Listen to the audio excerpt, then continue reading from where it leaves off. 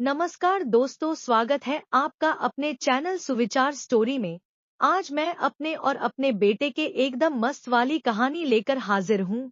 तो आप लोग जरा शांति से सुनिएगा, क्योंकि आपको बाथरूम भी जाना पड़ सकता है। दोस्तों, मेरा नाम रानी है। मैं 36 साल की खूबसूरत महिला हूँ। आज मैं आपको एक अपनी सच्ची कहानी सुनाने जा रही हूँ। पहले तो मुझे झिझक हो रही थी कि अपने बेटे के बारे में कैसे लिखूं। लोग क्या सोचेंगे, पर जब मैं यहाँ पर कहानी सुनी तो और भी महिलाएं माँ बेटे की कहानी लिख चुकी है, तो मुझे भी हिम्मत मिली और आज आपके सामने अपनी एक मस्त कहानी सुनाने जा रही हूँ। मेरी यह कहानी कल्याणी एकदम नई कहानी है। मैं उम्मीद करती हूँ आपको बहुत ही ज्यादा पसंद आएगी।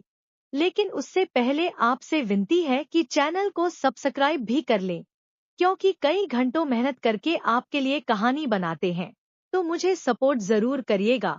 तो प्लीज सब्सक्राइब जरूर से कर दे।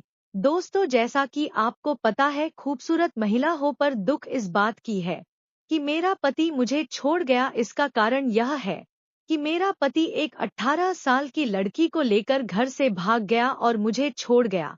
आपको भी यह जानकर आश्चर्य हो रहा होगा कि एक 40 साल का आदमी एक 18 साल की लड़की के प्रेम में पड़ गया, तो भला 36 साल की औरत के साथ क्यों रहेगा। आजकल का जमाना ही ऐसा है, जिसको जहां मौका मिला वहीं पर अपनी मन शांत कर रहा है। जैसा कि मैं खुद अपने बेटे से सारे काम करवाती हूँ। बिना समय बर्बाद किए जल्दी से कहानी पर आती हूँ। कल की बात है, खेत में धान रोपाई का काम चल रहा था। मैं और मेरा बेटा कल देर शाम तक खेत पर ही थे। तभी अचानक तेज बारिश होने लगी और हम लोग खेत पर ही फंस गए। खेत पर एक छोटा सा पंप हाउस है, उसमें हम दोनों बस बारिश रुकने का इंतजार करने लगे। हल्का हल्का अंधेरा हो चुका था, सब लोग अपने घर जा चुके थे। बारिश थोड़ा कम होती तो हम दोनों घर के लिए निकल पड़ते। मैं बारिश में भीग चुकी थी, इसी वजह से मेरे कपड़े गीले हो गए थे। जैसे ही मैंने अपनी साड़ी को हटाया, मेरा बेटा देखकर पागल हो गया। अजीब सा बर्ताव करने लगा, उसकी सांसें तेज होने लगी, उसके पसीने आने लगे थे। वह बड़ी बड़ी आंखें करके मुझे देख रहा था। मैं बोली, बेटा क्या हुआ? तो वो बोला, कुछ नहीं, पता नहीं, मेरा मन ऐसा कर रहा है जैसे मैं कुछ अजीब सा करूं, और वो अपने शरीर को इधर उधर कर रहा था। मुझे लगा कि उसकी तबीयत खराब होने लगी है, लेकिन मैं गलत थी, क्योंकि उसको तो कुछ और चाहिए था। वह बोला, माँ मुझे ठंड लग रही है बहुत तेज।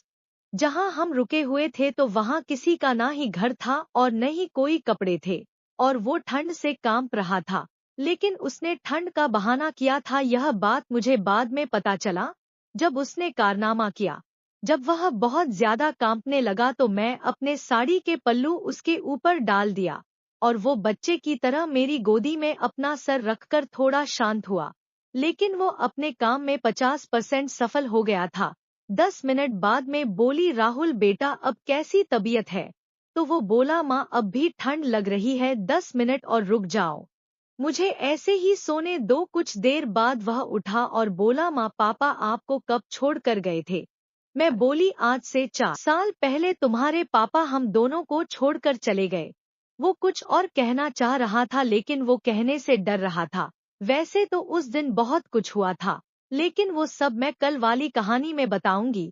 तो आप कल तैयार रहना, और एक बार फिर से विनती है कि चैनल को सब्सक्राइब भी कर देना। कल वाली मस्त कहानी के लिए कृपया ध्यान दें कि इस कहानी के सभी पात्र और घटनाएं काल्पनिक है। इसका किसी की जिंदगी, धर्म, समुदाय से कोई संबंध नहीं है। अगर इसका किसी की जिंदगी से मेल खाता है तो वो मात्र एक संयोग कहा जाएगा।